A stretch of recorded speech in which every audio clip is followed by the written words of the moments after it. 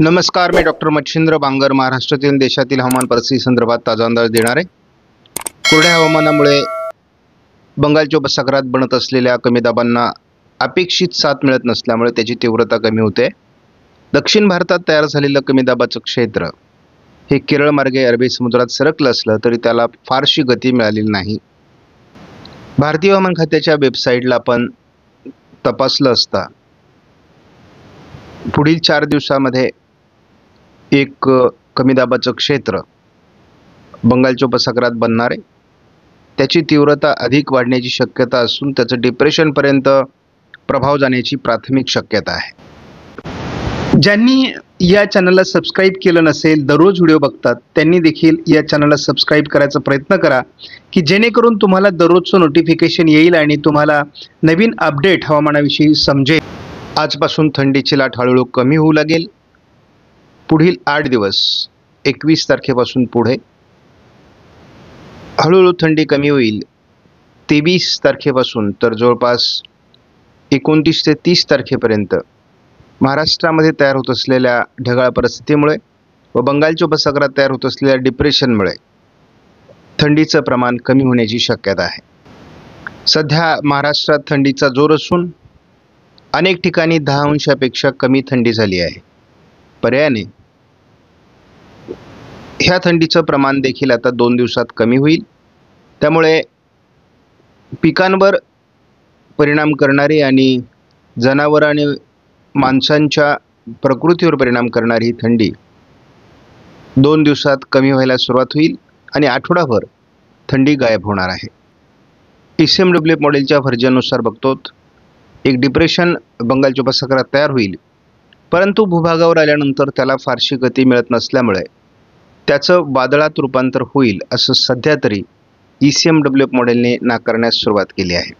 परंतु तरी देखील भारतामध्ये मोठ्या प्रमाणात पावसाची शक्यता मात्र वाढते आहे। आपण काल बघितल्याप्रमाणे वेगवेगळ्या वादळी सिस्टमचा ट्रॅक हा या ठिकाणी दाखवला जातोय बंगालच्या उपसागरामध्ये, आणि कुठलीही सिस्टम फार प्रभावीपणे भूभागावर येईल किंवा पुढे प्रगती करेल असं दाखवलेलं नाहीये।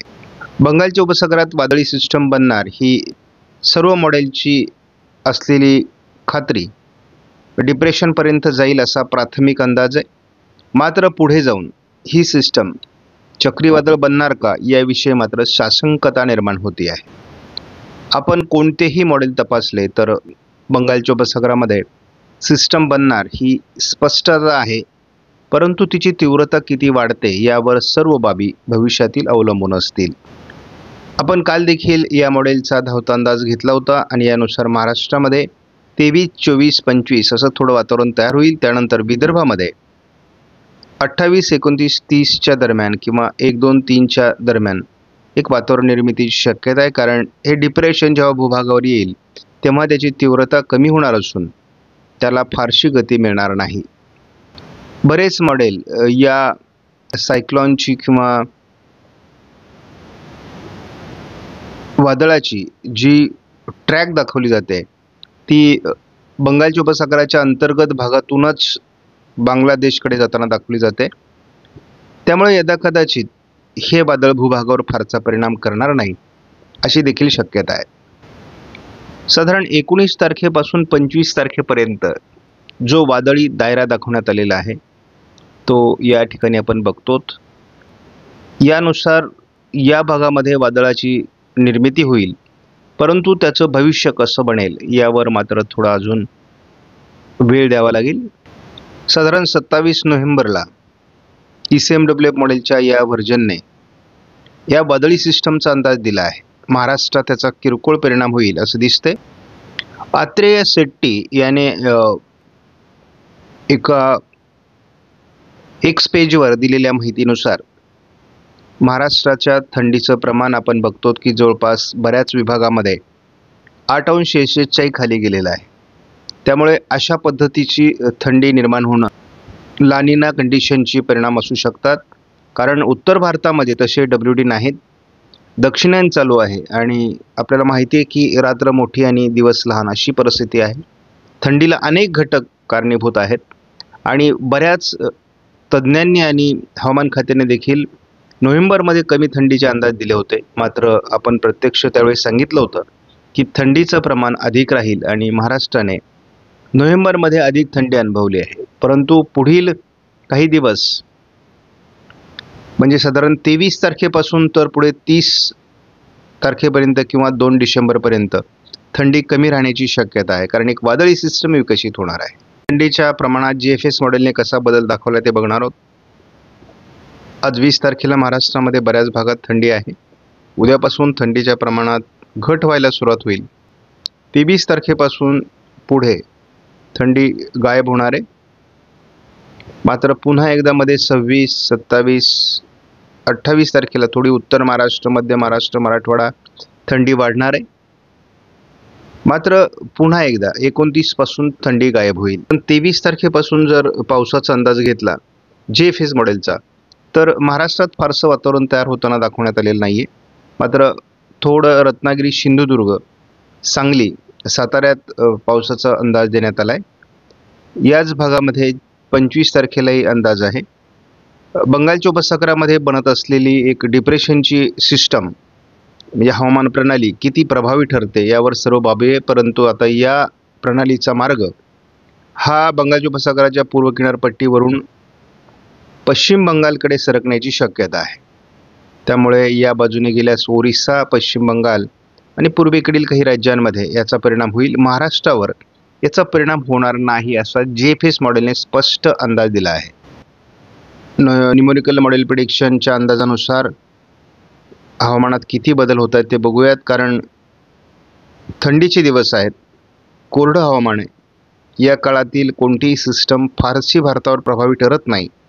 जरी चक्रीवादळ बंगालच्या उपसागरात तयार झालं तरी देखील ते फार प्रभावीपणे भारतावर परिणाम करेल असं वाटत नाही आणि त्याची दिशा बदलताना स्पष्ट दिसते.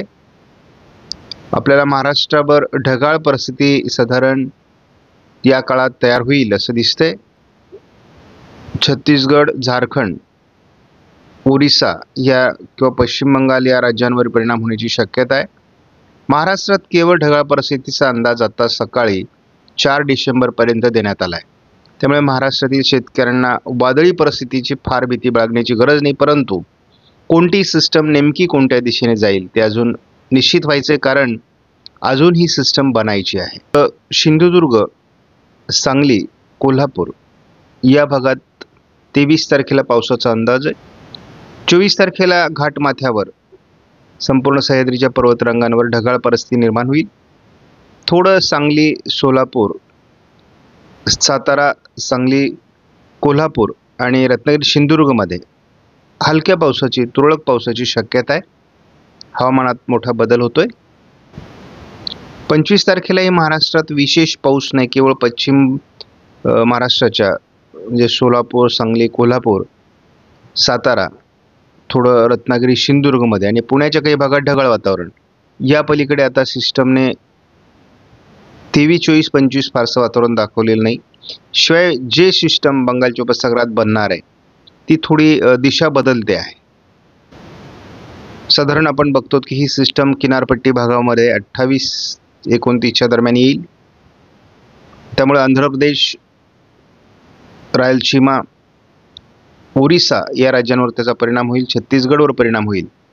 तेलंगणापर्यंत त्याचा प्रभाव जाणवेल. परंतु महाराष्ट्रात त्याचा प्रभाव कमी जाणवण्याची शक्यता आहे.